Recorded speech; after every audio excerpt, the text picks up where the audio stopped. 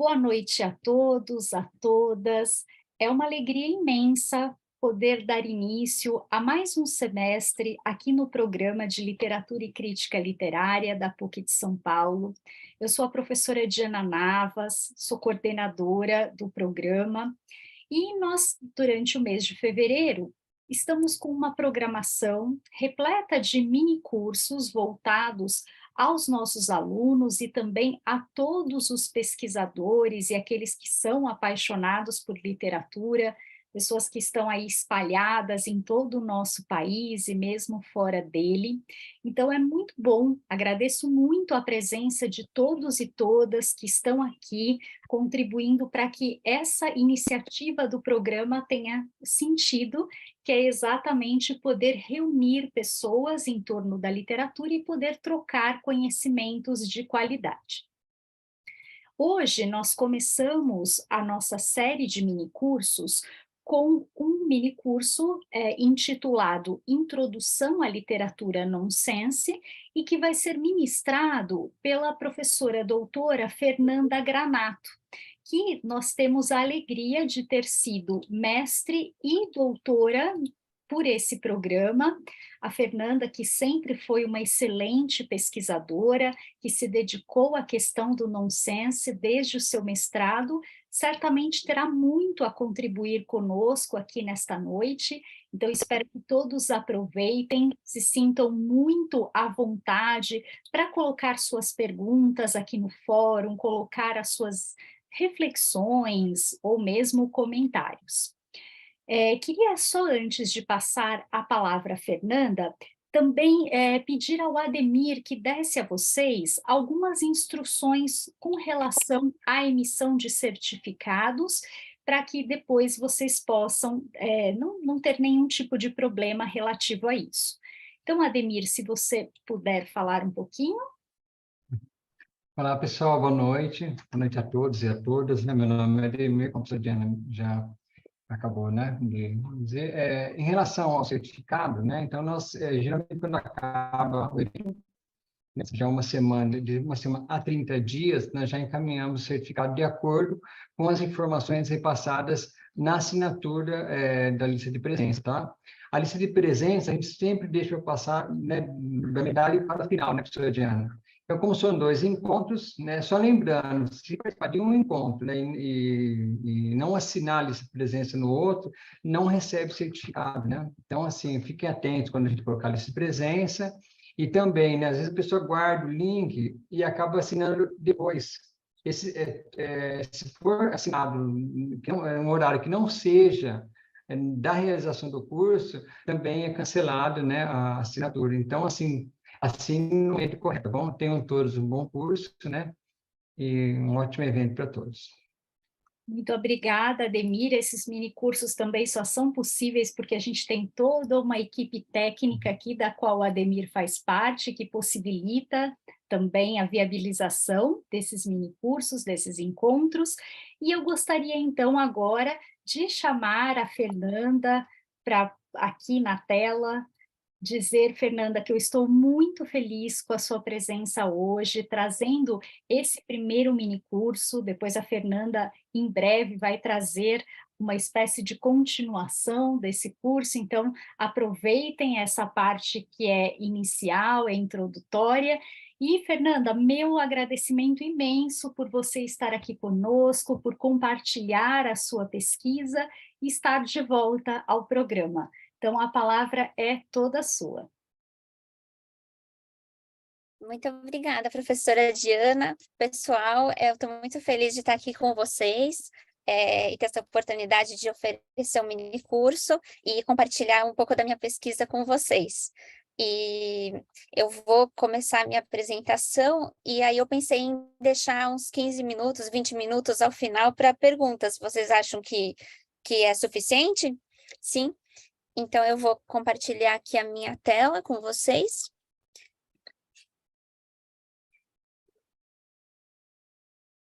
E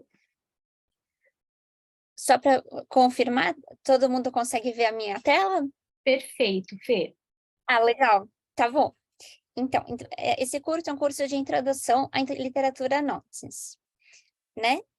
E então, para a gente falar um pouco, antes da gente entrar em realmente o que é o nonsense, é importante a gente colocar que no início do século XIX, a palavra nonsense ela era utilizada em sua etimologia com relação com o sistema de trocas, né? Então, de uma forma, por um lado, ela poderia ser utilizada como sinônimo de dinheiro, né? E, então, nesse sentido, significando alguns tipos de sistema de trocas, né? Como o dinheiro é.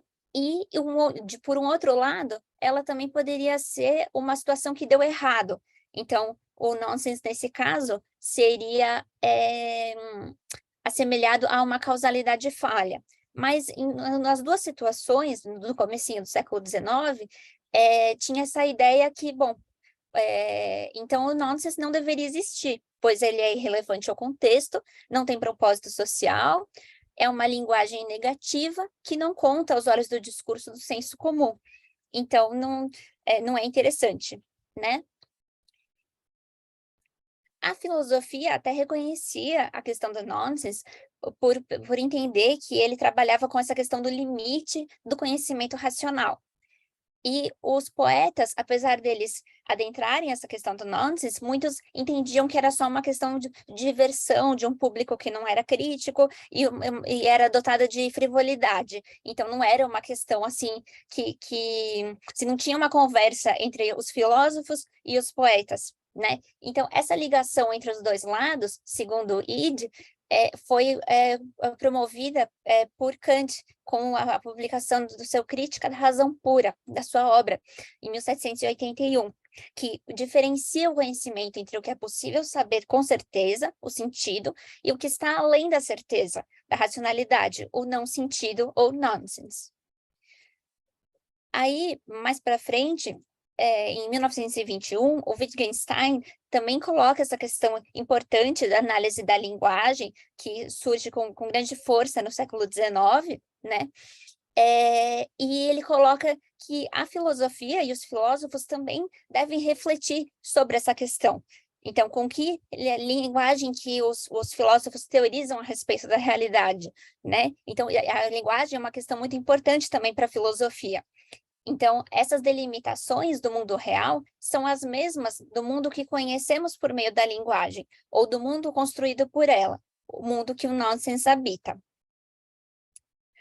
Aí, só para a gente colocar aqui, o Edward Lear, que ele é um expoente inglês do nonsense, ele é um dos mais famosos e é considerado por muitos, né, o autor que é o pai do nonsense inglês, né, e que com a publicação do livro A Book of Nonsense, ele abre, né, ele inicia esse gênero, o gênero nasce com essa publicação, em 1846, do livro dele, A Book of Nonsense. Então, Lear, ele é um ilustrador, escritor, poeta e pintor inglês.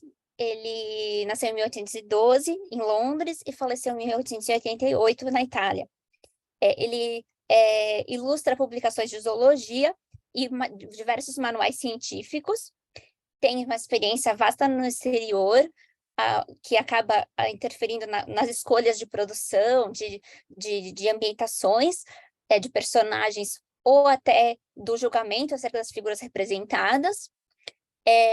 A questão da Revolução Industrial e da produção em larga escala, que é uma questão do século XIX, aparece bastante na obra do Lear, e ela é evidente na Botânica Nonsense, que mistura objetos e plantas, e acaba enfatizando essa contradição entre a simplicidade da planta e o nome sofisticado, a sofisticação do nome da planta, né? E também essa abundância de artefatos produzidos industrialmente em larga escala, né? Que na botânica se mesclam as plantas. Então, esse é o livro do Lear, né? A Book of Nonsense, publicado inicialmente em 1846, depois ele foi republicado em várias outras edições, né?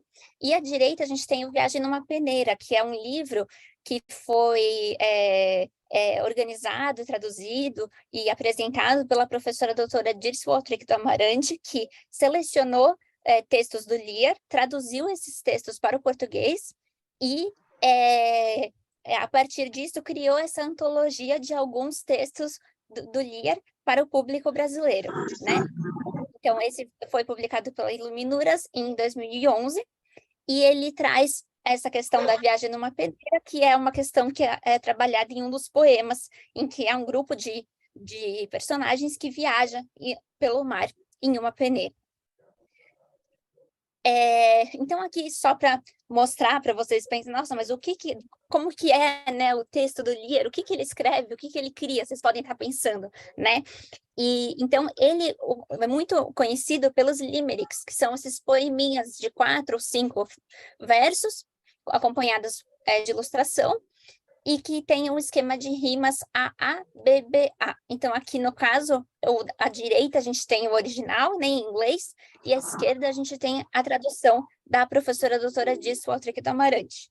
Então, no original, there was a young lady whose nose was so long that it reached to her toes, so she hired an old lady whose conduct was steady to carry that wonderful nose. Havia uma moça cujo nariz comprido chegava-lhe bem abaixo do umbigo. Contratou-lhe então uma criada, senhora bem comportada, para levar seu formidável nariz comprido. Aí aqui um outro limerick. There was an old man on the Nile who sharpened his nails with a file till he cut out his thumbs and said calmly, "This comes of sharpening one's nails with a file." Havia um velho de Canberra, que afiava as unhas com serra, até que os dedos cortou, e calmamente falou, acontece quando se usa a serra, né? Então, sempre tem essa dinâmica bem interessante nos limericks da ilustração, entre a ilustração e o texto verbal, né? O texto visual e o texto verbal, e também né, o formato, né, do limerick, que ele é bem tradicional, né, e ele sempre vem desse jeito, você sempre introduz, né, o personagem dessa maneira, e depois tem essa questão circular que volta, né, às vezes até volta o próprio lugar que da onde a pessoa vem no final, né, no último verso, como aqui no caso desse. There was an old person of Cadiz who was always polite to all the ladies, but in handing his daughter, he fell into the water, which drowned that old person of Cadiz. Então, começa com o old person of Cadiz e termina com o old person of Cadiz, né? Então, havia um velho do Maranhão, na tradução da professora doutora Dirce, que tratava as moças com atenção, mas ao tentar a filha ajudar, ele próprio caiu no mar, onde se afogou o velho do Maranhão, né? Então, e ele também tem diversas plantas e árvores nonsense que ele criou, Elder Lear, né? Como essa, por exemplo, Poltronia confortabilis, Estranha Flora babioides, ou Pé de Garfo. Ou essa Carangueja horrenda, por exemplo. Mas então, uma coisa que é bem importante a gente colocar, né? Que é a história social, que é do nonsense, que é a sociedade que produziu e recebeu o nonsense, que é um fenômeno importante, né, que acaba aparecendo, o nonsense sempre acaba aparecendo em momentos em que a gente tem liberdade entre tempos de desgaste acentuados, né? Então, a gente tem uma alternativa, como se fosse uma maneira de escape, né, de uma situação tensa, né? Então, qual que seria o substrato necessário para a criação do nonsense? Seria uma estabilidade política junto de um sistema social inflexível, como no caso da era vitoriana, né? Então, um equilíbrio entre aceitação e revolta, entre conformidade e não conformidade, um equilíbrio entre o convencional e o excêntrico. E na Inglaterra vitoriana, a gente também tinha a questão da ciência, né, que estava em franco progresso, com diversas invenções tecnológicas e imensas tensões sociais também, né? Então, tensões latentes relacionadas a empregadores, empregados, desempregados, trabalho e lazer, vida pública e vida privada, crianças e adultos, homens e mulheres, né? E a questão da revolução industrial, do mercado, do comércio das mercadorias sem finalidade, né? E as fábricas, E também a questão da língua, né, e da linguagem. Então, essa preocupação junto com o romantismo, essa preocupação com a linguagem, né, e que ela passa a ser considerada no século XIX no seu próprio campo, regida pelas suas próprias regras, né, e também dá para a gente entender como uma reação pós-romântica, né, o nonsense como reação pós-romântica, em que o indivíduo estabelece sua própria norma contra esse romantismo convencional no século XIX. E Lierto também colocava essa literatura infantil imaginativa, sem moral, esse jogo com a forma, a linguagem, né, com os temas variados como alimentos, roupas, números, personificação de animais, talheres, tinha também violência, né, que é uma coisa que era muito presente na literatura para crianças do século XIX, né? E também tem a questão do aumento do público burguês, né? E o desenvolvimento da literatura, os vários tipos de obras, né?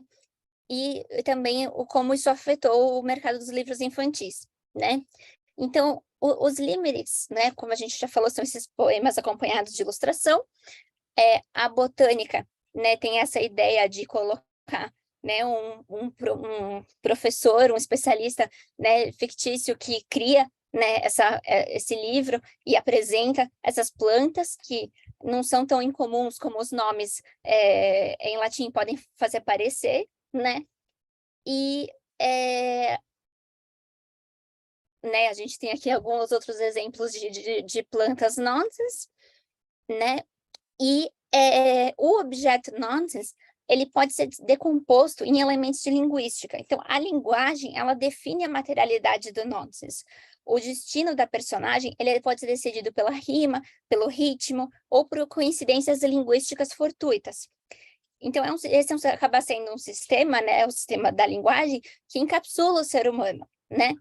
Então, a partir do momento em que definimos um substantivo, um verbo ou um adjetivo para designar um objeto, uma ação ou uma característica, estamos limitando o que aquele objeto pode ser, definindo também o que ele pode não ser, estamos designando seu espaço na realidade linguística que narra o mundo.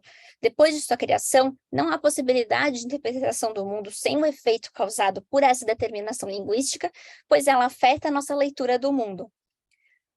Então, algumas outras características do nonsense, segundo Wim Tiggs, em seu livro Uma Anatomia do Nonsense Literário, né, ele coloca que o nonsense é um gênero de literatura narrativa que se equilibra entre a multiplicidade de sentido e a simultânea ausência de sentido. Esse equilíbrio é efetuado pelo jogo com as regras da linguagem, da lógica, da prosódia e da representação, ou pela combinação desses elementos.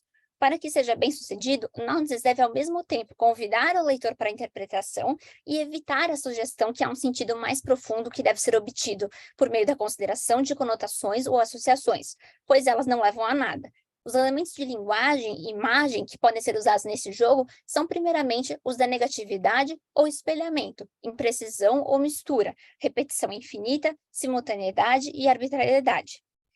Né? Então, tem alguns pontos importantes aqui que a gente tem que lembrar quando a gente fala de nonsense, né? Que a tensão permanente entre presença e ausência de sentido, ausência de envolvimento emocional, né? Então, apesar da gente ter diversas cenas violentas, né, que poderiam chocar, a gente não tem essa resposta emocional colocada, né?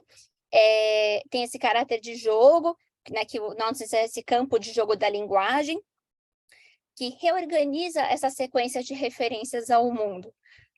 E também é importante a gente enfatizar a natureza verbal, que cria a realidade de nonsense. Não é a realidade de nonsense representada linguisticamente. Né? Então, alguns procedimentos, por exemplo, são o espelhamento, ou o infinito, ou a imprecisão, ou mesmo a questão da simultaneidade, né? Em que a rima reúne duas palavras de sentidos diferentes e cria um terceiro sentido que não estava contido em nenhum dos outros dois primeiros, né? Ou mesmo a questão da imprecisão, o excesso ou falta de significância é apresentado como uma coisa de alto valor, né? E a forma sendo submetida ao conteúdo. Ou mesmo a questão do trocadilho, né? Em que uma palavra é colocada, é usada uma vez só, e essa relação entre os sentidos é estabelecida na frase, né? Como aqui, por exemplo, na frase de exemplo aqui, an architect in prison complained that the walls were not built to scale, but not to scale. Então, né, um arquiteto na prisão reclamou que as paredes não foram feitas de acordo com a escala, né, do projeto, foi feita de um tamanho errado. Só que também pode ser para escalar, né? Então pode ser a escala ou para escalar, para subir né? Então tem esse duplo sentido, né? Então, tem também a palavra valise, né, que são duas palavras existentes que criam uma terceira inexistente. Os neologismos, né, como a gente vê bastante nas plantas, da botânica, né, diversas palavras que são criadas. E esses diversos estágios, né, da liberdade do pensamento. Então, desde um mundo incomum no mundo real, por exemplo, uma galinha na estação de trem, é possível. Aí passa para uma outra fase, impossível no mundo real, um cavalo sobe a escada e aborda os moradores, para um outro nível mais impossível, que é impossível no mundo irreal, uma criatura inexistente vive na linguagem, e para um nível assim, que seria um ápice do nonsense, ali uma linguagem irreal no mundo irreal, né? E aqui ele só coloca os vários tipos de histórias e de formatos que a gente pode ter e de que maneira elas se aproximam ou se afastam do nonsense, né? Então, a gente tem, por exemplo, as nursery rhymes, as cantigas de Niná, né? Então, tem tensão entre sentido e sua ausência? Às vezes tem. A linguagem cria a realidade? Às vezes. Ausência de emoção? Às vezes. Jogo com a linguagem? Sim. Qual é a característica básica? O objetivo secundário, né? Então, você vai aprender a contar, vai pôr a criança para dormir, tudo mais. Aí tem, por exemplo, a piada, né? Que o ponto alto é a mimese, né? Ou também a gente pode pensar na fantasia, que é a realidade alternativa. Então, em cada uma delas, ele vai tentando mostrar de que forma elas se aproximam ou se afastam, né? Como contos de fadas também, o grotesco, ou absurdo, até para colocar onde que cada uma está em relação aos princípios do nonsense, né? E aí ele coloca aqui vários tipos que ele considera de nonsense, né? Então tem o tipo racional e ornamental, o tipo irracional, que é mais popular, o tipo linguístico, né? O tipo situacional, que é mais assim, de acordo com as circunstâncias, e aí ele vai definindo, né, o TIGS, os vários tipos, né? Se fosse criar realmente uma categorização de todos os tipos de nonsense, né? E aí a gente tem esse livrinho que é bem interessante, que é sobre as origens do nonsense em inglês, né? E que ele coloca o Malcolm, que o Hoskins, ele foi o primeiro autor que a gente tem registro, e que ele, durante a cerimônia de formatura, fez uma performance com humor e alusões pessoais em tom satírico, que remontava as peças encenadas na universidade. E essa celebração, ela estimulava atos paródicos e piadas internas levadas ao extremo. A poesia criada por Hoskins, ela joga com a contradição entre a forma séria e o conteúdo inconsequente. E nos nonsense dá para perceber que a gente tem uma sucessão de procedimentos e dispositivos cômicos, como a dicção afetada, a repentina aparição do lugar comum em meio a um estilo mais elevado, trocadilhos, ou até o erro de categoria, que coloca um método lógico a um objeto físico que confunde as categorias. Aí, um outro autor que foi bem importante para o nonsense inglês foi o Thomas Coryat, que ele era um escritor de viagens. E ele, assim, de todas as publicações que ele realizou, na verdade, a mais importante acabou sendo o resultado de uma aventura que ele passou em maio de 1608, em que ele velejou para Calais e depois para o norte da Itália, passando pela Suíça, Alemanha e Holanda. E aí ele converteu as anotações em uma obra que foi publicada, e vários amigos, literatos, foram convidados para expressarem o louvor pela obra do Coleridge, né? E aí acabou de início se tornando uma tendência a falar bem do Coleridge, e depois, na verdade, tirar sarro do Coleridge e do seu livro, que tinha longas citações poéticas em latim, tinha descrições de cidades europeias, né? Alguns achavam que não era realmente um livro sobre a experiência dele, era só um livro de histórias de viagem, de histórias impossíveis, absurdas, mentirosas, inventadas. E na capa também tinha várias vinhetas, né? Das várias coisas que aconteceram na viagem. E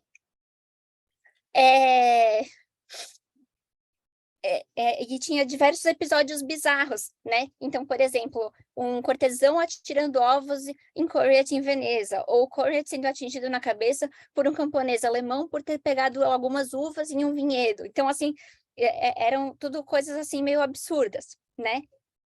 E aí, a partir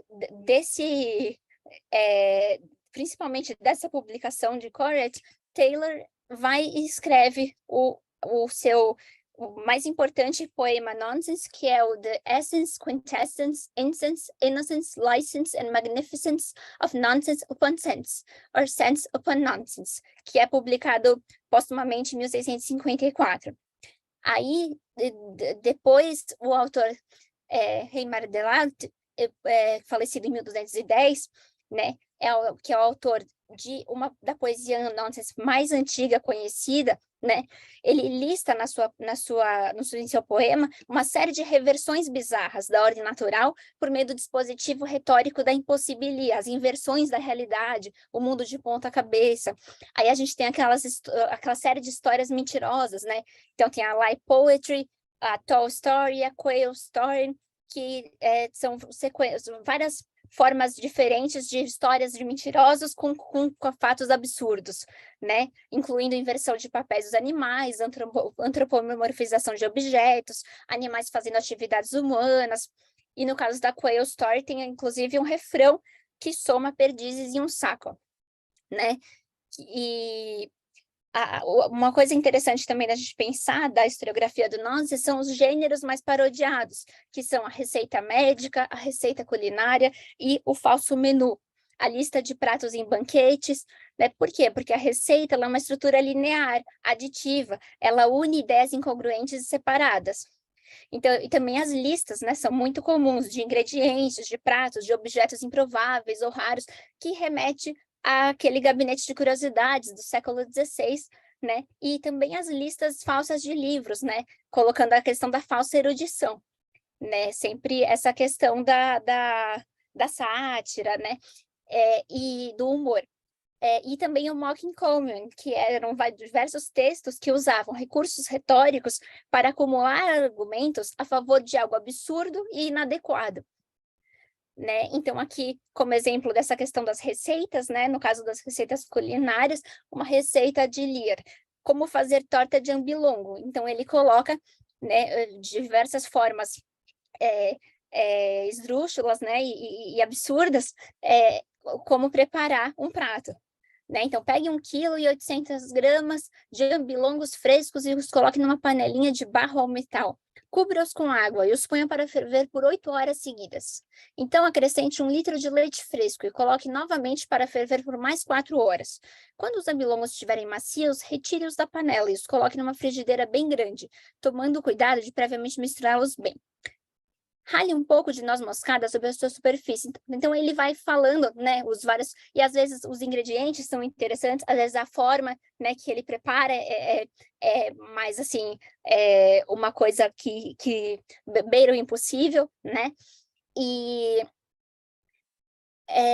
então é importante a gente colocar que ele não surgiu do nada, o nonsense literário, né? Ele é, por sua própria natureza, um produto dessa cultura literária, né? Da sua época de surgimento, né? Mas a gente também tem que lembrar que ele, como modo, dispositivo ou procedimento, ele pode ser considerado um fenômeno atemporal, né? Que ele acontece, chega a aparecer mesmo em Aristófanes, Rabelais, né, Stern.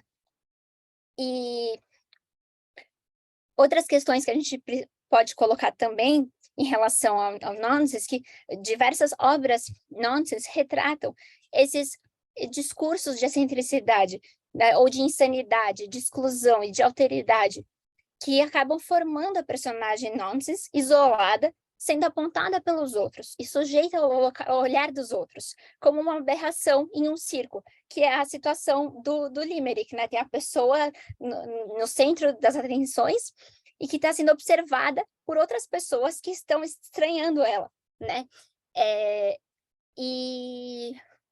Então tem essa questão da relação entre o nonsense e a loucura, né?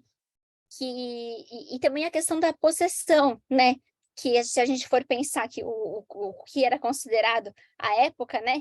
Que o homem louco não fala com sua própria voz. Seu discurso é trazido por espíritos, contra a sua vontade. As orações o abandonam. O propósito das orações o escapa. A mistura de patos, não deveríamos rir de tão agudo sofrimento, e alta comédia, né? E o louco interpreta metáforas, frases feitas e abstrações de forma literal, né? O caminho seguro é falar literalmente, né?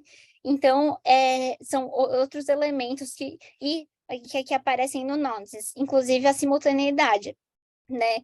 Que pode aparecer relacionada à forma do texto, ao paratexto, às possíveis montagens, à descontinuidade ou combinação de elementos não associados, a enigmas, a trocadilhos ou textos macarrônicos.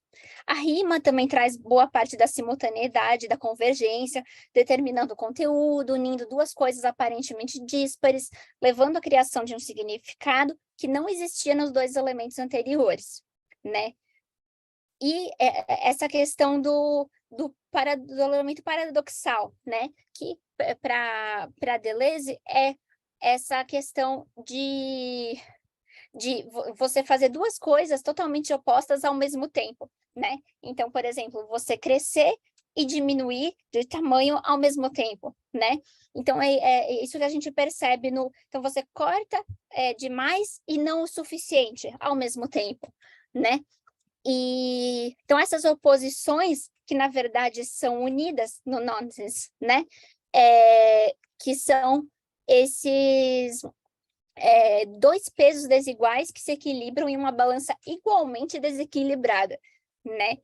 Então toda oposição, seja de série, de grau ou de signo, pode ocorrer entre termos que encontram sua expressão em um mesmo ser ou em dois seres diferentes. E devemos notar também que os termos podem ser simultâneos ou sucessivos. No primeiro caso, há o conflito e o equilíbrio acompanhado pela destruição e perda de energia. No segundo caso, a alternância e ritmo. Quando uma oposição ocorre entre dois seres diferentes, seja de série, grau ou signo, ela pode ser simultânea ou sucessiva. Caso contrário, pode ser ao mesmo tempo simultânea e sucessiva, apenas se for uma oposição de signos, que é como a gente tem aqui no caso dos diversos limericks, né? Ou mesmo daqui, né? Do caso desse limerick, que diz: havia uma jovem dama de Dorking que comprou um gorro grande para caminhar, mas a sua cor e tamanho a fascinavam tanto que ela logo voltou para a cidade de Dorking. Então, na verdade, opostos são criados, né? Então, tem essa questão que ela é definida pelo fato dela andar com esse gorro grande, né? E ser de Dorking, ser dessa região. E depois, por estar fascinada pela cor e pelo tamanho, ela decide voltar. Só que ela volta da mesma forma que ela veio, com o gorro grande. Então, na verdade, o começo, né, tem a circularidade, essa continuidade, né? A gente não tem, na verdade, uma... assim, não tem uma racionalidade, né? Ou também, se a gente for pensar nessa questão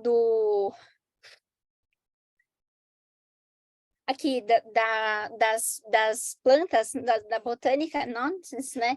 que a gente coloca, assim, como que uma coisa que, né, poderia, talvez uma criança sem saber de onde vem, poderia pensar numa explicação assim, né? Ah, de onde vem o garfo? Eu tenho um monte de garfo em vários lugares, de onde vem? Ah, ele deve dar em alguma árvore, né? Deve ter o pé de garfo, que aí a gente vai lá e pega um monte de garfo, né?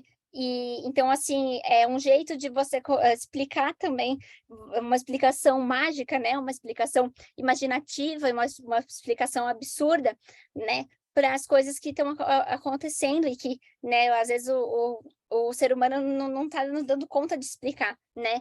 Então, por exemplo, o pé de garfo. Esse pé surpreendente e aprazível nunca ultrapassa 19 ou 20 metros de altura. Nem espécie alguma até agora produziu mais de 50.000 garfos de prata de uma só vez. Se violentamente sacudido, é muito provável que garfos venham a cair, e havendo um vento forte, é altamente possível que todos os garfos chocalhem terrivelmente, produzindo um tinido musical para os ouvidos do felizardo que estiver ali. Né? Então, é interessante que, nesse caso, ele reproduz, né,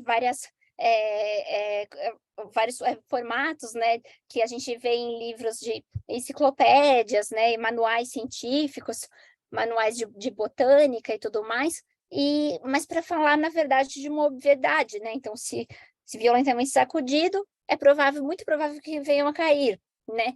E o barulho dos vários garfos batendo juntos também, né? E sempre essa ilustração que traz realmente a maneira como eram feitos esses manuais na época, né? No século XIX, né? Ou aqui também, né? Uma flor que, né? Em que você percebe bebês, né? Ou mesmo aqui, né? Que onde que a gente consegue encontrar, tem tanta poltrona, né? Então tem aquela questão que a gente falou aqui, né? De que a gente tem as várias invenções tecnológicas, as várias coisas que são criadas, né? Esse utilitarismo, a mentalidade capitalista, esse aumento das coisas que são comercializadas, né? E também o aumento do abismo entre os ideais e a realidade da vida social, entre a expectativa evocada e a satisfeita, né? Então, a gente tem essa questão da demanda, da oferta, né? As casas cheias de objetos, né? O comércio de mercadoria sem finalidade, e também a questão do sentido que é perdido, né? Quando você pensa que para de acontecer ou acontece em menor escala, ou perde a importância a produção artesanal, né? E a produção mais a produção mais assim feita em fábricas de uma maneira mais artificial, ela é feita sem considerar a exploração, a pobreza, o desemprego, o valor emocional, né? E também as fábricas, os museus, as lojas de departamento, eles acabam sendo também que nem os dicionários, da mesma maneira, são equivalentes, são séries infinitas de bens variados apresentados, né? Então, dessa forma, se a gente pensar assim, a gente pode pensar também nessas figuras, nesses seres do universo do nonsense, também dessa forma, né? Eles são seres organizados, eles estão bem categorizados, né, como em estado de dicionário, né? Então, esse momento que é representado, que é o momento presente, né, e que não tem passado, não tem futuro, não tem, né, ele está sempre em tornar-se, está sempre em devir, está sempre se transformando, né? Ou como aqui no caso desse limerick, né? Que ele está sempre no segundo em que ele corta as pontas dos dedos. Então, as pontas ainda não caíram no chão, né? E ele até parece feliz, parece sorrir para a coisa, e essa situação, né, extremamente bizarra de cortar o dedo com uma serra, né? Ou mesmo como o texto verbal diz, que afiava as unhas com serra, E aí diz, mas é óbvio, isso acontece quando se usa a serra, mas por que você estaria afiando as unhas com serra, né? Então, assim, quebra totalmente a perspectiva, a expectativa, né? Aquele conhecimento de mundo e aquelas referências que você usa para organizar o mundo e como que ele funciona, né? E aí você começa a ter que repropor todas essas referências e você começa a ter que repensar como que você vai explicar, como que existe isso que quebra, né? Então, levando a pensar em novos modelos epistemológicos, né? Ou como aqui, né? Havia uma moça cujo nariz comprido chegava ali bem abaixo do umbigo. Contratou, então, uma criada, senhora bem comportada, para levar seu formidável nariz comprido. Então, olha que coisa interessante, né? Ela tem um nariz comprido e aí é difícil andar. E ela contrata uma criada para levar e aí o instante que é colocado aqui é exatamente o instante do passo, né? E ela está assim nas pontas dos pés, né? E então tem essa ou mesmo aqui, né? Que é o instante que é representado, ele é um instante em que, ao mesmo tempo, né? Ela está salvando e ele está se afogando. Então, você não sabe se no fim ela salvou, né? Porque está parado, né, nesse instante decisivo, está parado nesse momento, né? Então, no texto verbal, a gente percebe que ele tentou ajudar a filha e caiu no mar e se afogou. Mas aqui a gente não sabe exatamente se foi isso que aconteceu, né? Se realmente foi assim, se ele estava tentando ajudar a filha, porque tudo o que acontece aparece ele se debatendo e o braço dele está ao mesmo tempo para baixo e para cima, né? Então, bem naquela questão do tornar-se, bem no momento do paradoxo de puro devir, porque é nesse momento em que você está ao mesmo tempo duas coisas opostas, né? Então pode vir a ser qualquer coisa, né? E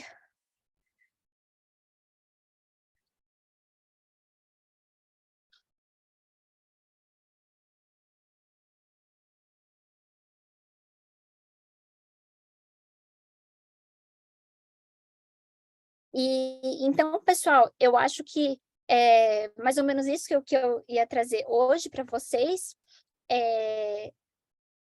Acho que eu vou ver se vocês têm perguntas, né? Ou se vocês quiserem perguntar, porque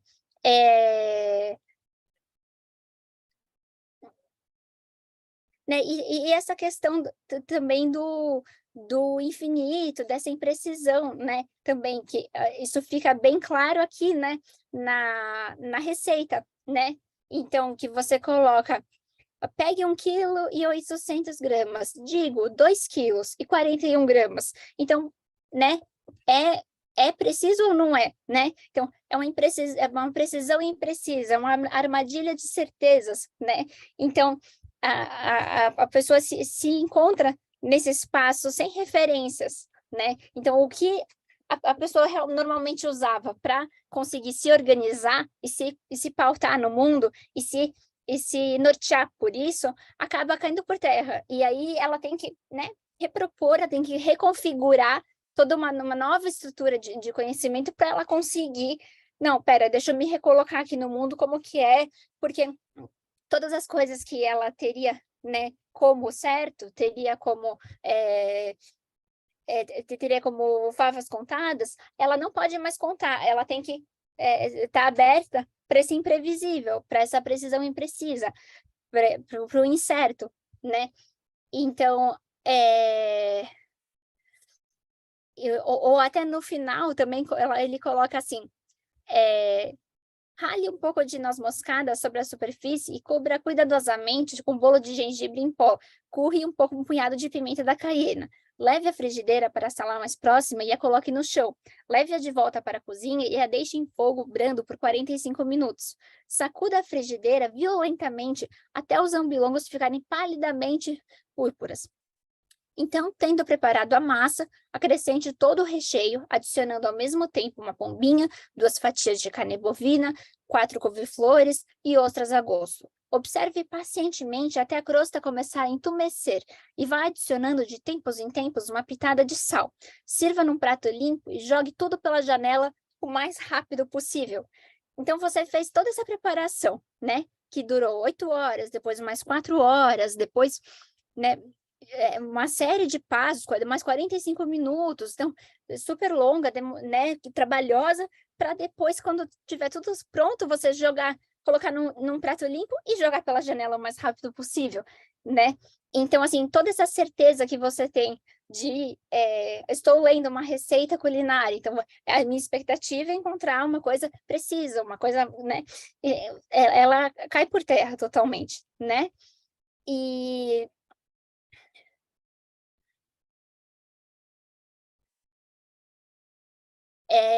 então, é muito, muito curioso essa questão do elemento paradoxal, né, do movimento perpétuo, que acho que acaba sendo essa celebração do nonsense, né, que acaba sendo esse momento em que ele é as duas coisas, os dois opostos ao mesmo tempo, ele está em suspenso, né? Então, ao mesmo tempo palavra e coisa, e pertence simultaneamente às duas, tem os dois lados. Então, essa instância, né, é impossível, em que é possível ser dois opostos extremos ao mesmo tempo, né? E nunca terminar de se tornar, nunca ficar sempre em devir, sempre em tornar-se, nunca atingir uma definição e deixar de ter uma potência de ser, né?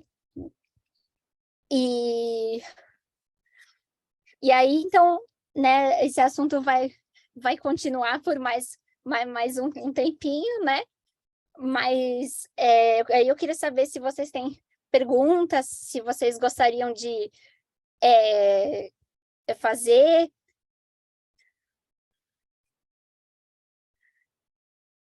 Estou vendo que tem algumas coisas. Tem algumas coisas no chat, né? Sim. Desculpa. Eu imagino que não é o escopo assim, central do curso, mas se você podia dar algum exemplo de esse nonsense, ou na literatura latino-americana, ou na brasileira em específico, ou alguma produção contemporânea que usa todos esses procedimentos.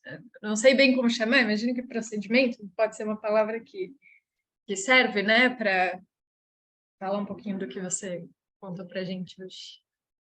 Uhum. Se a gente for pensar em brasileiros, a gente pode falar até de um autor, dramaturgo e poeta da mesma época do Edward Lear. A gente tem o Corpo Santo, que ele é um dramaturgo e poeta incrível, que recoloca e amplia e repropõe todas as questões colocadas pelo Lear, né? Mas, na verdade, assim, ele faz sem perceber, né? Na verdade, sem ver a obra do Lear, sem se inspirar na obra do Lear, você acaba vendo que ele faz a mesma coisa. Então, é muito interessante estudar a época, né? Porque é a mesma época, né? Então, eu vou falar mais desses vários tipos, né? Desses vários exemplos, vários expoentes na segunda parte, né? Mas a gente pode colocar, por exemplo, o Corpo Santo, a gente pode pensar também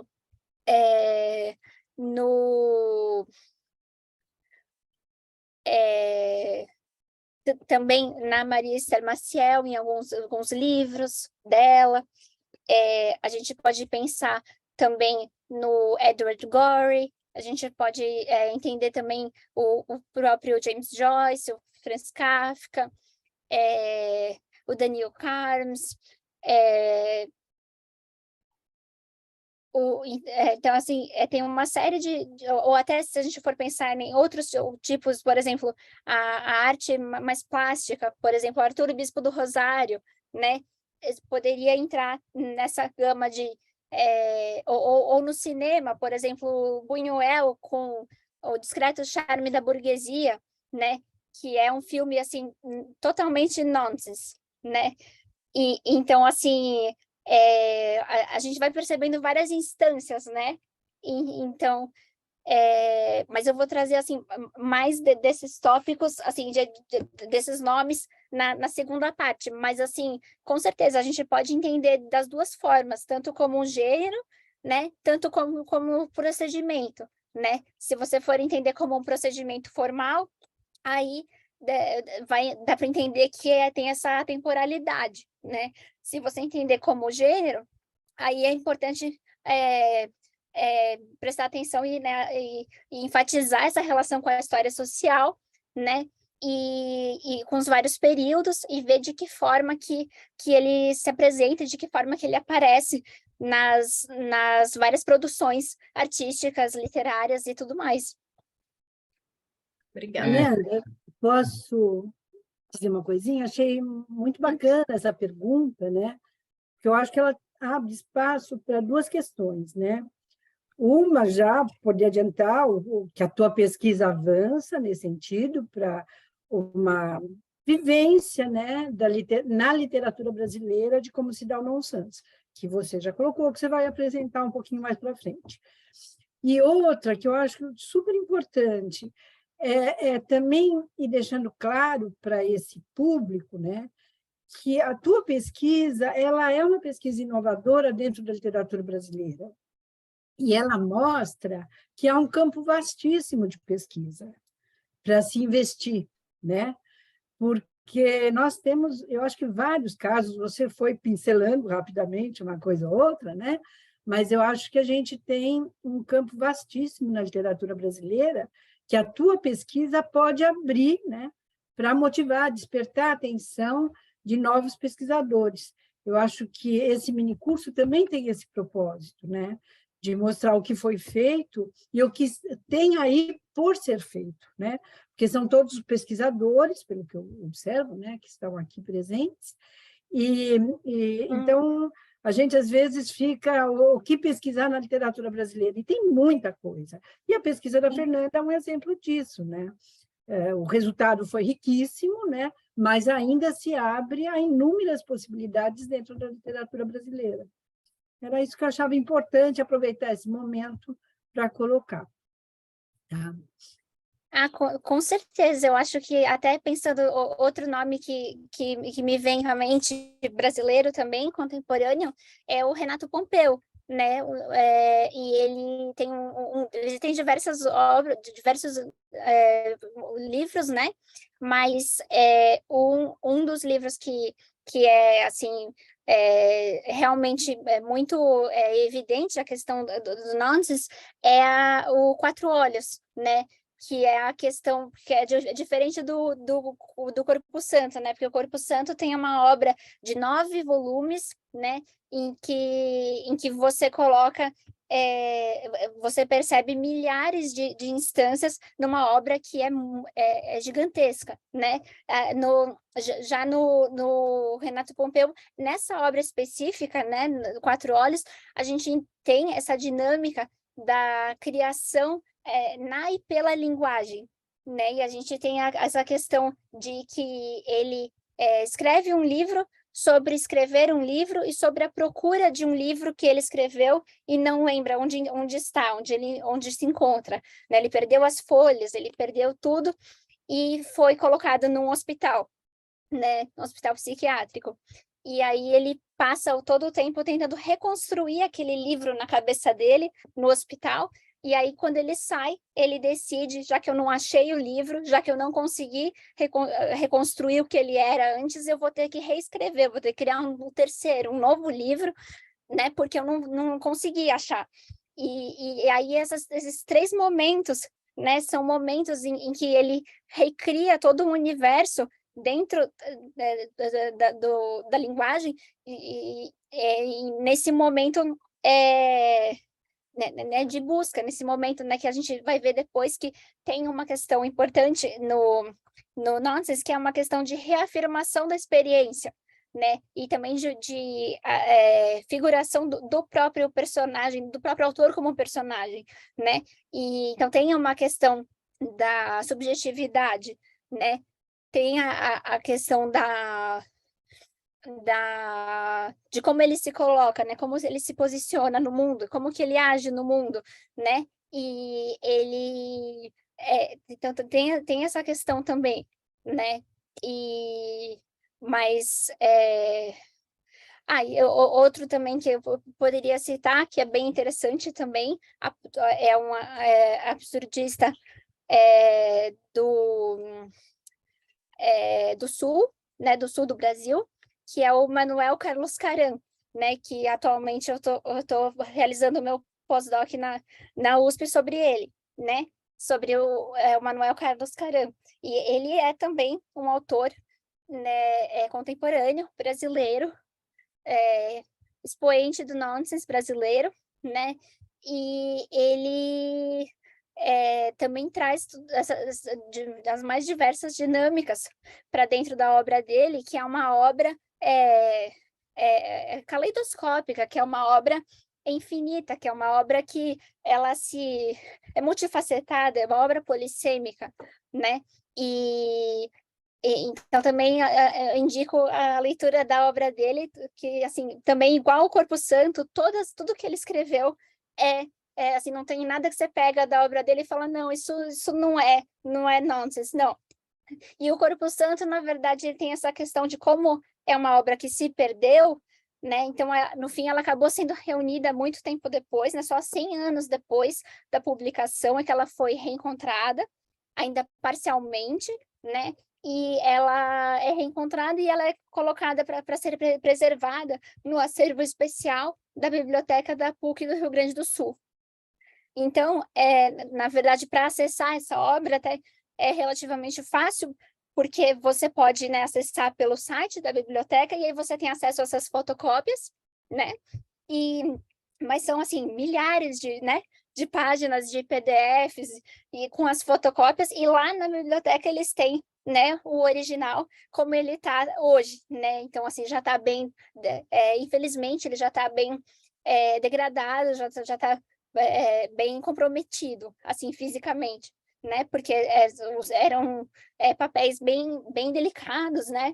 E, afinal, já passou bastante tempo, né? Ele produziu e publicou em 1866, né? E agora a gente está em 2023, né? Então, tem essa questão também. Mas, no caso do Manuel Carlos Caram, não. Aí a gente tem facilidade de encontrar. Dá para se encontrar nas livrarias a obra dele normal, né? Mas do Renato Pompeu, da mesma forma. Mas do Corpo Santo teve essa questão, né, de também, né, dele ser considerado, né, portador de uma questão, de um distúrbio, né, psiquiátrico, e ser hospitalizado e ser colocado dessa forma de, assim, não, você vai perder os seus direitos, você vai perder a sua posição na sociedade, você vai perder tudo, até a família ficou contra ele, e ele é colocado no hospital.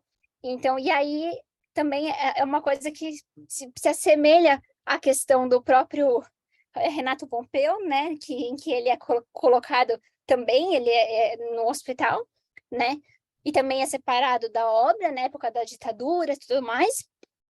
E também o próprio Lear, né, que ele colocava, né, que ele tinha depressão, tinha epilepsia, né? Então ele tinha uma série de questões, né, psiquiátricas e que afetavam a vida dele, né? E ele teve que muitas vezes fazer escolhas por causa dessas questões, né? Eu vou continuar fazendo isso, vou continuar morando aqui, né? Então, então, no fim, a gente percebe, em todas essas instâncias, a gente percebe, né? Tanto essa questão da experiência sendo reafirmada, da subjetividade sendo campo de jogo, né? E a gente também percebe essa questão do paradigma, né? E da epistemologia, as mudanças de paradigma que acontecem, né? Então, no século XIX, no século XX, depois no século XXI, né? Então, que também acabam perpassando e se moldando e estruturando essas obras, né? Sejam elas quais forem, né? Literárias, artísticas, né? Como, por exemplo, o do Arthur Bispo do Rosário, né? Que é uma obra eminentemente nonsense, né? E é uma obra plástica, né? Que ele realiza também dentro do hospital psiquiátrico, né? Ele acaba com os materiais que ele tem lá, ele acaba, né, construindo sua obra, que já foi exposta de várias maneiras, né? Já foi reconhecida, mas é aquela coisa que na época as pessoas não dão o valor, né? Então, e no caso do Corpo Santo, teve também essa questão de na época que ela ressurgiu, que ela foi redescoberta, era uma época que o Teatro do Absurdo estava assim de vento em popa. Então, essa época é uma época que acabou fazendo todo mundo caracterizar o Corpo Santo como um autor do Teatro do Absurdo, né? E aí, na verdade, se a gente for ver, a gente vê que não é exatamente por aí, né? E até eu também estou trabalhando num facsímile, né, sobre de toda a obra do Corpo Santo, que eu espero conseguir publicar um dia em e-book, que aí fica fácil para todo mundo baixar, né, não tem que enviar nada, e acho que seria bem interessante para poder pegar, né, todos os volumes e aí realmente ver que é realmente uma coisa orgânica, na verdade, né? É uma coisa de tocar todos esses volumes vão mostrando as várias facetas desse eu, né? Vão mostrando e mesmo no caso do Lear, né? Se você for ver a obra dele, também tem várias abordagens dentro da obra, né? Então, assim, tem a parte das pinturas, tem a parte das ilustrações, tem a parte dos livros infantis, tem a parte dos alfabetos, então ele cria como se fosse uma cartilha nonsense, né? Então, o alfabeto com esse universo nonsense. Então, uma série de publicações de Lear que juntas elas formam um universo, né? Um universo do nonsense de Edward Lear, né? Ou de Renato Pompeu, ou de Corpo Santo, ou de Manuel Carlos Caram, né? Ou também tem Gustave Verbeck, né? Com os mundos invertidos dele, né? Que também de novo, traz essa coisa da impossibilia, do mundo de ponta cabeça, né? E assim, revertendo e assim, invertendo tudo que a gente acha que a gente sabe, né? Colocando tudo fora do esquema, né? Que a gente acha que a gente sabe, né?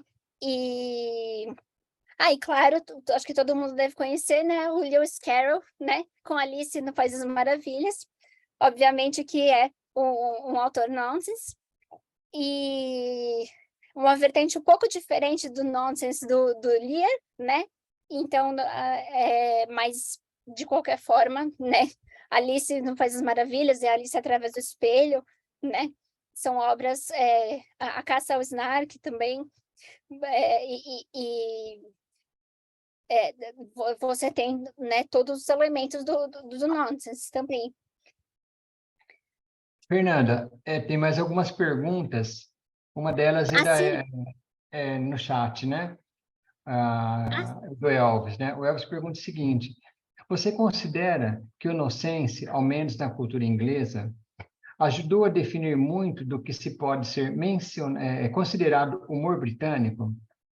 Houve nesse transbordamento, em termos de método, né, que se refletiu em outras mídias e suportes culturais? Sim, com certeza. Muito, muito interessante a pergunta, muito importante, realmente, essa questão do humor inglês, o humor britânico, né, é uma questão muito definida por essa acidez, né, do nonsense, né, e que não tem essa emoção, né, não tem esse momento de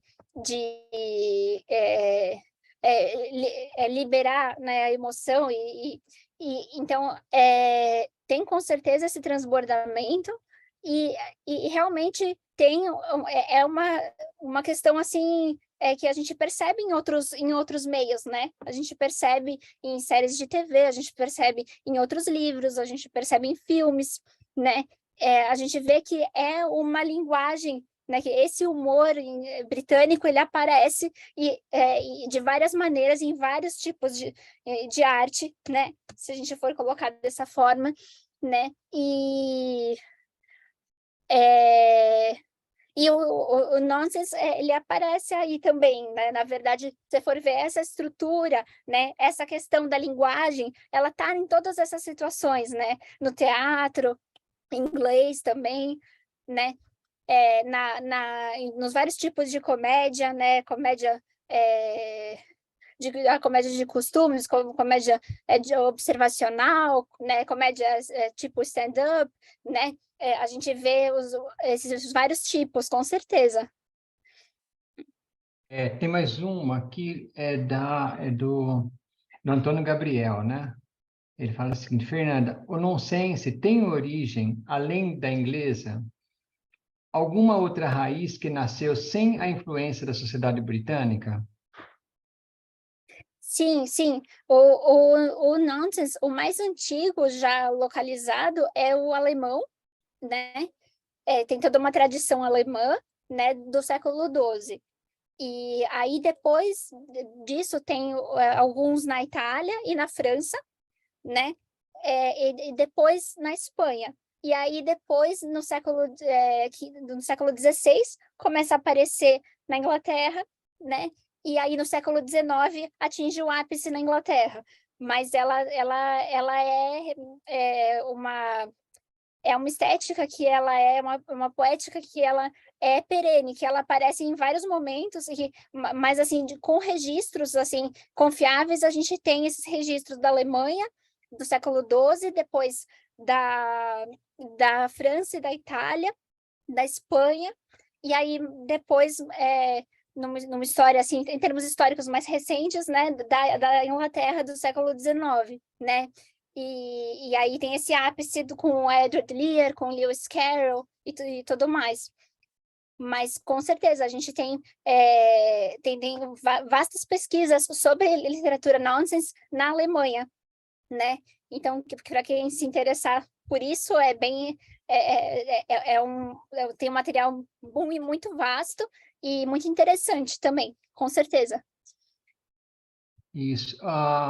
O João Gabriel, ele faz um comentário sobre uma obra do Oswald de Andrade, Memórias Sentimentais. Então, ela pode ser vista como nonsense?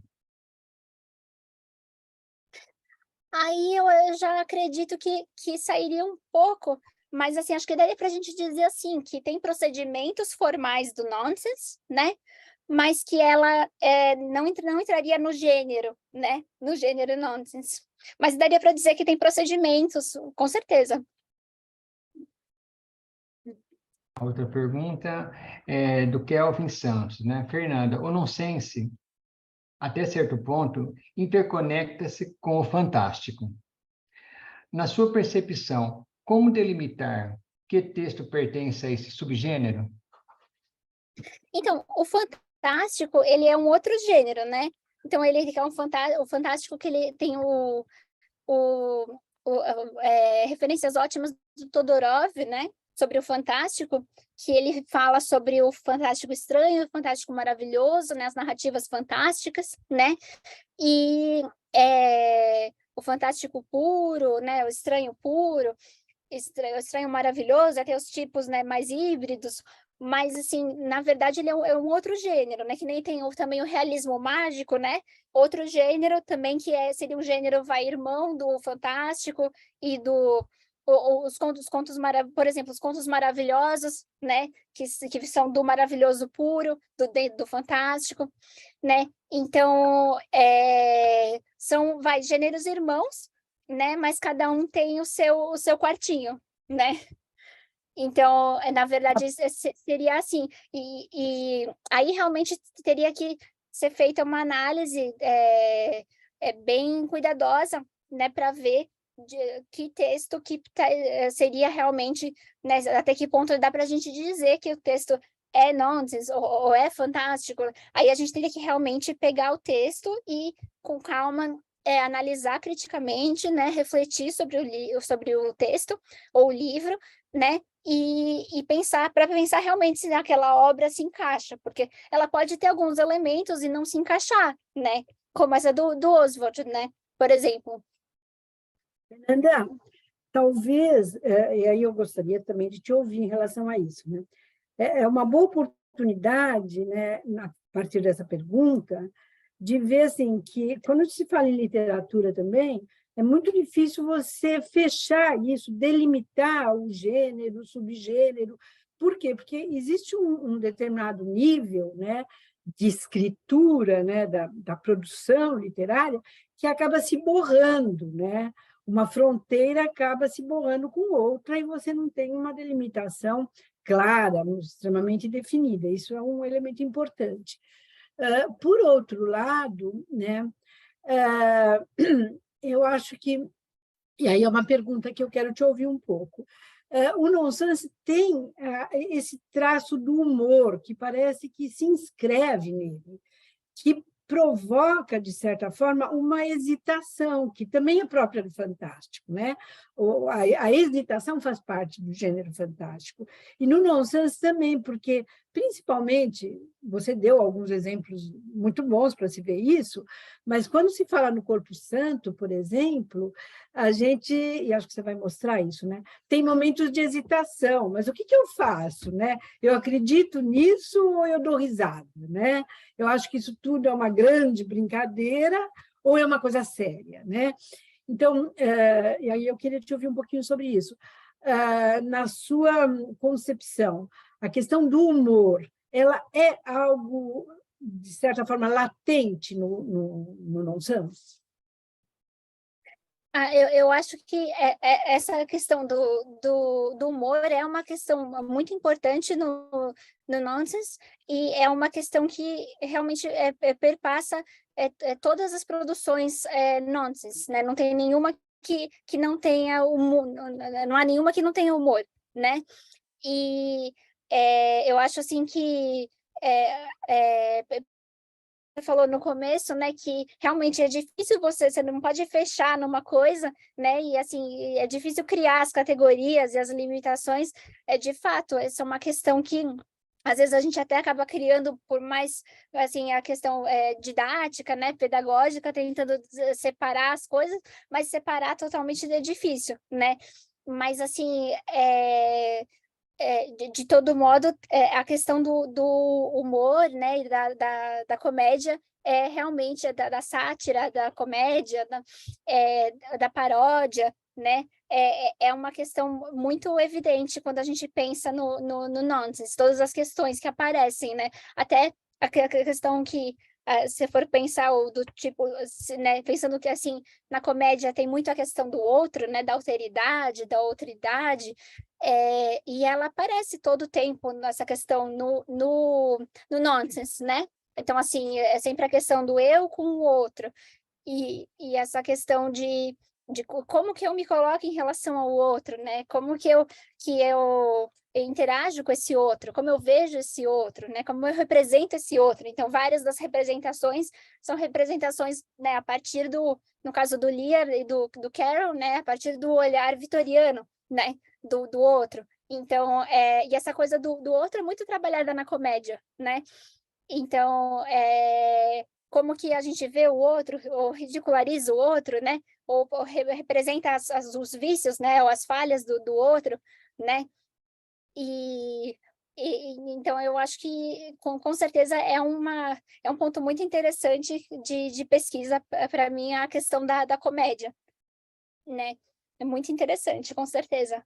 Ótima pergunta e ótima colocação. Tem uma pergunta do Igor. Ele fala o seguinte: a Bíblia, enquanto obra literária, é considerada literatura nonsense? Existe alguma polêmica religiosa em torno desse debate? Olha, durante as minhas pesquisas, eu, assim, como a minha, o meu corpus de estudo, né, foi assim, eu fiz um recorte, né, então no caso da obra do Lia, né, ou da obra do Corpo Santo, ou do Renato Pompeu, ou, ou do Manuel Carlos Caran, né, então, assim, no meu corpus de investigação, eu não fiz pesquisas sobre a Bíblia, né? Então, mas eu acho que seria realmente um campo muito fértil de pesquisa, né? E seria muito interessante esse debate, porque tem várias histórias, né, na Bíblia que podem ser colocadas como histórias, né, fantásticas, histórias maravilhosas,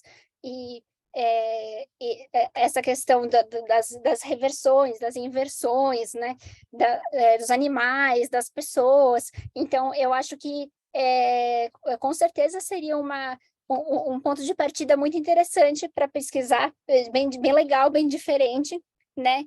E tem até, assim, um pé nos autores também, porque tem pelo menos do Corpo Santo, né? Ele coloca algumas partes da obra dele, tem algumas partes mais religiosas, algumas partes mais, assim, que ele se coloca mais abertamente, né, com o que ele acredita e com o que ele pensa.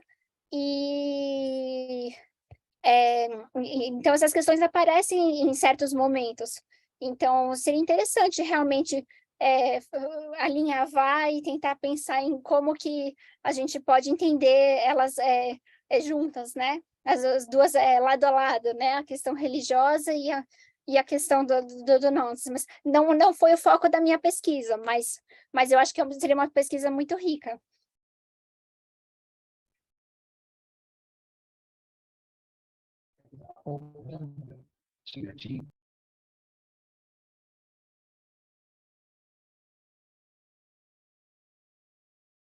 É,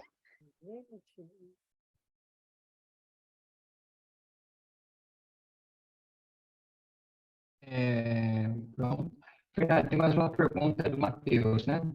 Ele fala o seguinte: sim, outros procedimentos descritos por você aparecem também em muitos manuais maneiristas e barrocos dos séculos XVI e XVII, principalmente. Como a ideia do nonsense se relaciona com essas poéticas? sim, com certeza, porque essa questão dos procedimentos, né, é uma questão que vem desde antes até do século XV, do século XVI, XVII, né? Mas, assim, essa é uma época que a gente já tem uma concentração significativa de autores em vários países, de autores nonsense, né? No século XVI, XVII. Então, a gente com certeza tem essa reverberação das outras estéticas, das outras manifestações literárias dentro dessa mesma questão, porque acaba aparecendo, né, é inevitável, né? Então, é que nem a questão no século XIX do romantismo, né? Então, mesmo que a gente entenda que o nonsense não é o romântico, que a gente pode entender ele como uma reação ao romantismo. Então, assim, ele acaba realmente interagindo com as coisas que aparecem, né? Então, assim, até se você for ver nas comédias clássicas, aparece, né, bastante essa questão do nonsense, no Aristófanes, por exemplo, né? E então a gente acaba percebendo essa questão estrutural, essa questão procedimental muito muito presente, sim, com certeza.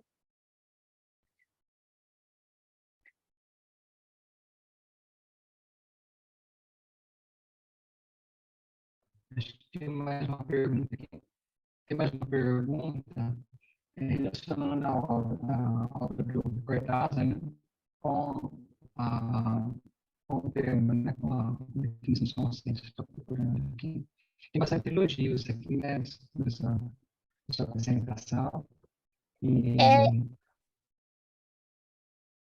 E Então, eu acho que Então, sim, eu acho que o Cortázar seria um autor bem interessante também para a gente pensar, e essa questão das características, se tem um mínimo de características, eu vou falar na segunda parte, né, na quinta-feira, mas que eu vou mostrar, né, um modelo do nonsense e de características que eu considero que tem que estar presentes para a obra ser nonsense, né? Mas tem o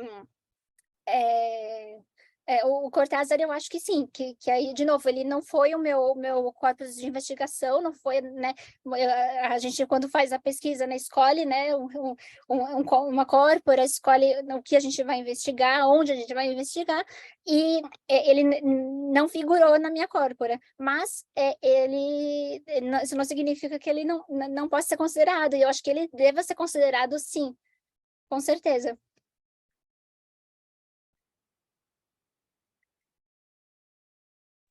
O tempo está terminando, né? Mas eu vi aqui um comentário, não deu nem para observar quem é que fez o comentário, porque quando eu acabei de ler já tinha saído. Alguém que diz assim, deve ser muito bacana fazer uma pesquisa sobre a Bíblia, né? Com a Bíblia como corpus, né? Realmente, fazer a leitura da Bíblia via literária, né? Uma leitura literária da Bíblia, é uma coisa riquíssima, está aí Haroldo de Campos com toda a questão da poética, né, e da tradução. Então, mas a gente vê muita coisa assim rica, de primeira grandeza, no trabalho do Haroldo de Campos. Mas na narrativa também, né, a gente tem um campo aberto para a leitura literária da Bíblia, mesmo porque ela responderia a uma série de gêneros, né, na literatura. O fantástico está todo escrito, né, e o nonsense também, né? Então, é aquilo que eu falei há pouco. A sua pesquisa, Fernanda, e esse minicurso, assim como um curso maior que você possa oferecer aí para frente, ele tem essa perspectiva, não só de divulgar o seu trabalho, mas de motivar outras pessoas a somarem com a tua pesquisa, né? E essa questão, essa vertente bíblica, né? Nossa, é um material assim infinito e de uma riqueza incomensurável, né? Então está aí, está proliferando já, estão proliferando as sementes, né, da sua pesquisa e dessa socialização que você está fazendo do seu conhecimento, que eu acho muito bacana, né? E é isso também que a gente quer muito no programa, que cada um de vocês, né, vencido uma etapa da pesquisa, porque a Fernanda ela já foi colocando aí pesquisas que ela vem desenvolvendo desde a graduação, né, Fernanda? Tem etapas da graduação, tem etapas do mestrado, tem etapas do doutorado, e ela já colocou aí etapa já atual, que é do pós-doutorado. Então, a pesquisa tem essas várias etapas. E uma das funções dela, né, além de socializar esse conhecimento, é despertar novas pesquisas, né?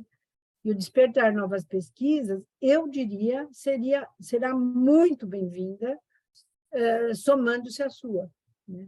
Porque o nonsense está aí, eu acho, na literatura brasileira e mesmo na literatura internacional, e não só na literatura, porque você já deu exemplos no cinema, você já foi falando, né, coisas aí que abrem. Eu mesmo estou com uma pesquisa agora de um aluno, está chegando agora, mas eu fiquei encantada com a pesquisa dele, que ele faz a relação da literatura com o cinema, mas que não tem nada com nonsense, a proposta dele, mas você vai vendo, você começa a observar, e cada vez que você vai falando, Fernanda, a gente vai fazendo novas conexões, né? Isso é muito bacana. Então, eu não sei, eu olhei lá no chat quem é que colocou a questão da Bíblia, mas seria uma pesquisa maravilhosa, né? É uma sementinha lançada aí, e quem quiser cultivar, vamos lá, porque vai render bons frutos. Parabéns, Fernanda, acho muito bacana você estar trazendo esse trabalho e socializando, né? Compartilhando com seus colegas. Muito bacana mesmo, parabéns. Obrigada, muito obrigada por todas as suas colocações, muito pertinentes, como sempre. Bom, pessoal, acho que já deu o horário, né, do curso. Mas também, quem não teve a chance de fazer perguntas ou colocações agora, também vai dar para fazer na quinta-feira, né? Ou também, se vocês quiserem me mandar por e-mail, também é possível, assim, não tem... Eu posso até pensar, né, e trazer alguma coisa para quinta-feira, né, se for alguma coisa mais específica, né? Estou aberta a isso. Eu até vou colocar o meu e-mail aqui no chat.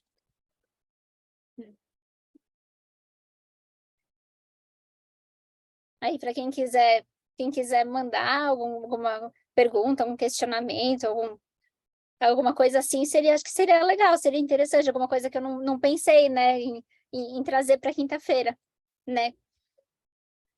E realmente essas coisas a gente fica assim tão dentro, né, da nossa pesquisa, a gente fica tão mergulhado que... E outra questão que eu vou trazer também na quinta-feira é a questão da tradução literária, né, e a questão da obra do Corpo Santo, né? Então, que é uma questão que eu estava fazendo agora no meu outro pós-doc, né, que eu ainda não terminei, mas eu estou terminando agora, né? E vai sair para publicação, né? Uma versão de alguns textos do Corpo Santo em inglês, né? E aí uma espécie de ontologia comentada, crítica, né? Sobre o Corpo Santo. Então também é bem interessante isso, né? Às vezes a gente trazer um autor brasileiro que não teve aquela, né, exposição, não é conhecido, não teve a divulgação que a obra merecia, né? E que a gente pode tentar aumentar essa divulgação da obra dele, né? E desse nonsense brasileiro, né?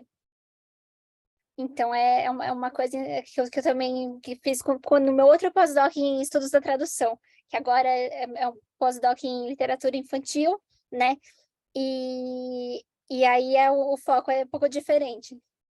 Mas é isso, é, eu acho que as áreas vão sempre conversando, né? Com certeza.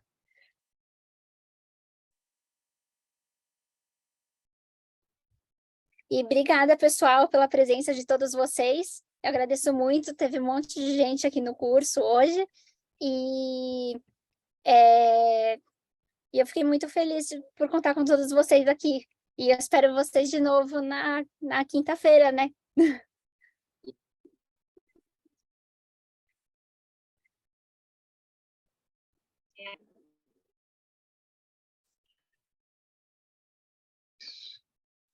Fernanda, então, eu vou encerrar então a gravação, tá bom?